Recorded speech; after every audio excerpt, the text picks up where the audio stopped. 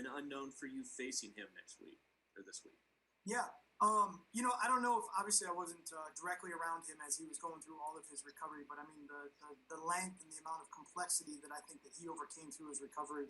I got a hard time off the top of my head just really kind of coming up with a good answer for you. Been around some situations where guys have come back from some pretty serious things, and I think in general it just obviously drives and lifts an entire team around him. I think the leadership that goes along with that.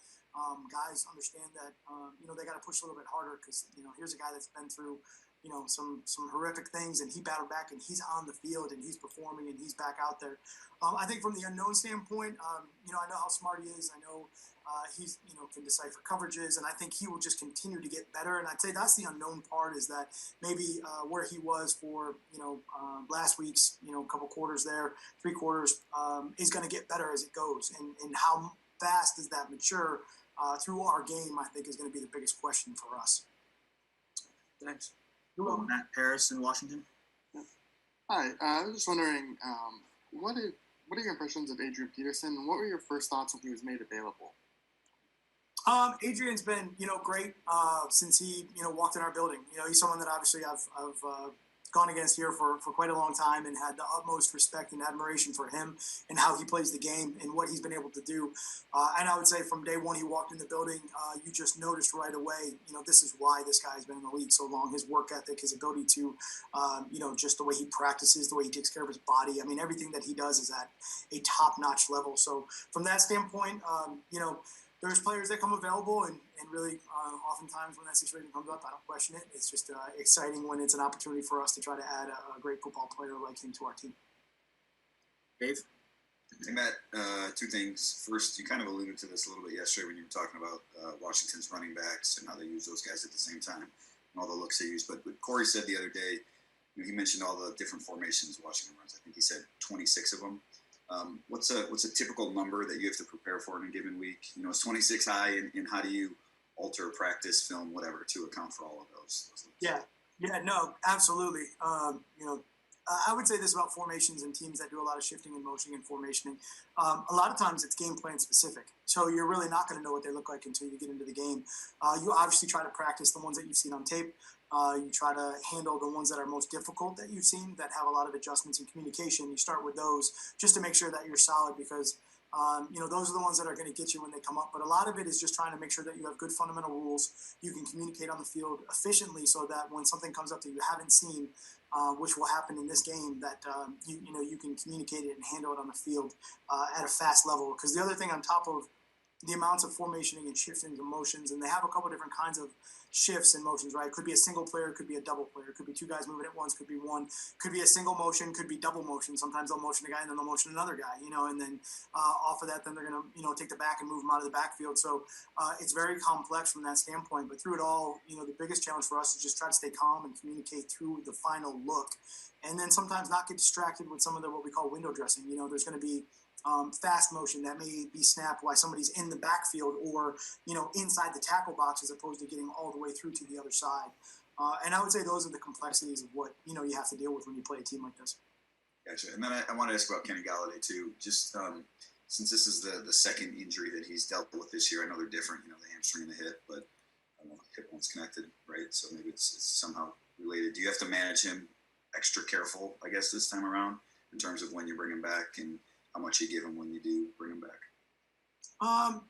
It's a good question when you have whether it's same side injuries or opposite side injuries. Sometimes when you look, especially in the legs, or shoulders, I would say, you may have something that's overcompensating for another body part, and whether it's on the same side or opposite side, you always try to make sure you do your due diligence and check, is there something different with his gait? Is he doing something different, where he's pushing off one side or the other, and just try to overall make sure that our numbers, when we look at his percentages of whether it's speed or strength, or how when we gauge all of the kind of back from injury recovery stuff, those numbers are as close to balanced as possible. Sometimes you try to get them equal, But we do know there's a wear and tear of the season that actually, even though you're not injured, may cause a deficiency in one way or another, just because it's a long year. So you always are trying to gauge that and get it back to as close to 100% as you can.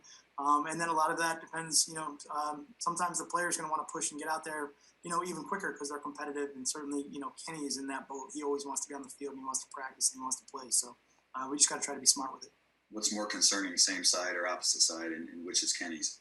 Yeah, it's a good question. I'm not going to get into specifics for Kenny's injuries, but I think in general with that, it can go both ways. You can really see guys if they have an injury on one side and then something happens on the other side, and you look at it and you're like, all right, there's a major overcompensation. Maybe it was something where the guy just wasn't ready to come back, or that particular play or whatever caused it. Or sometimes you see that, like you said, all that stuff's connected on one side that can obviously strain it, going forward. Thank you. Chris? Hey, Matt, how's it going? Doing great. Just had a question. I know you talked about Washington's defensive line yesterday. I'm just curious from a roster building standpoint, like how realistic is it to do what they've done there using so many first round picks? Like, can you go into a draft, like hypothetically, since you took Okuda, could you go into this draft and say, all right, we want 2020, we want 2021, we just want to really hit that position, or does it just have to happen? Yeah, I mean, obviously the draft, there's so many unknowns that go into that. I think, for Washington, you go right down the line, right? Rookie, second-year player, third-year player, fourth-year player. I mean, that's pretty amazing. And then the production out of it. Now, obviously, there's some inside versus outside defensive line conversations as those, come up. But certainly, in the draft process, like we're talking about all the time, if it's a position of need or highest value, in the draft at that point, those are the conversations you have in the moment. And, look, I think they've done a great job of obviously maximizing the players that were available for them and certainly getting a lot of production out of those guys. And then Aqib Talib is calling the game this week. Wondering if you got a scouting report for him as an announcer, perhaps. I mean, I'm excited. I'm excited for it. I can't wait to get caught up with him when we do our production meeting here. Talib he's by far one of the most favorite guys that I've coached. Competitive, tough, great personality, all of it. Super smart. I mean, this guy he's on top of it. So I'm excited. Hopefully he doesn't give away too many secrets as he's watching some of the coverage stuff out there and just put it out there for everybody to see, because I know he's gonna know what it is. But really, I would say a player for me, honestly, that changed a lot of what we did defensively when we got him. And I would say in kind of the, let's call it probably like 2010, 2011-ish years, we were probably in a different coverage mode at that point and really doing things that we were built for the team that we had. And then Talib walked in the door and it was everything changed. It was great. We were able to kind of do a lot more things. And he'd walk in my office every Tuesday and be like, hey, I'm taking this guy. And, you figure out the rest of it. And I'm like, perfect. It was always the best guy. Like, you always want to cover their best guy. He was that competitive. So you love to be around a guy like that. I'm excited for him. I'm happy for him because he's a guy that obviously had a tremendous playing career. And, his next phase of life, he's going to succeed at that too because he works really hard. So I hope he does great. And I can't wait to, get caught up with him this weekend. Thanks, man. You're welcome. Mike, last one.